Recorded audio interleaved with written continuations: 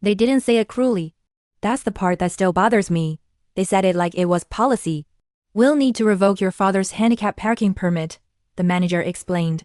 Those spaces are reserved for donors during special events. My father stood beside me, leaning hard on his cane. He nodded politely, even though the nearest available parking was now 2 blocks away. My dad hates being a problem. After his surgery, walking short distances left him breathless, but he never complained. So when I watched him shuffle across hot pavement, stopping twice just to steady himself, something inside me snapped. This wasn't inconvenience, it was humiliation. I started paying attention. During charity dinners and fundraising galas, the handicap spots filled with luxury cars. No permits, no placards, security waved them in. I asked one guard if this was allowed. He shrugged. Management says it's fine. It wasn't. City code was very clear. Handicap spaces are never optional. I began documenting everything. Photos of license plates, time-stamped videos of cars pulling in, security logs showing who was on duty. I filed public records requests. What came back made my hands shake.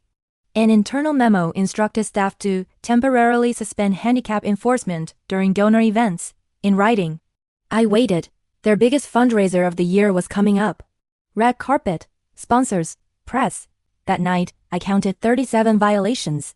37 cars parked illegally in spaces meant for people like my father. I documented everyone. The next morning, I sent everything out. City Compliance Office, disability rights organizations, local news tip lines. I didn't accuse. I just attached evidence. The fallout was immediate. Inspectors showed up within days. Fines stacked up faster than they could explain them away.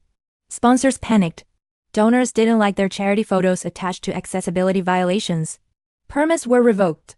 The manager who told my father to understand the policy was terminated before the week ended. A new sign appeared in the lot. Handicap parking strictly enforced, no exceptions. Security stood straighter after that.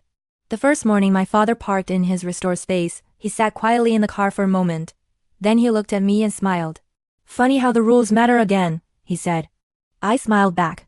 I didn't shout. I didn't threaten. I didn't demand anything. I just made sure the law was applied the same way to everyone. Sometimes revenge isn't dramatic. Sometimes it's patient. And sometimes it's just refusing to let the vulnerable be pushed aside because someone else writes bigger checks.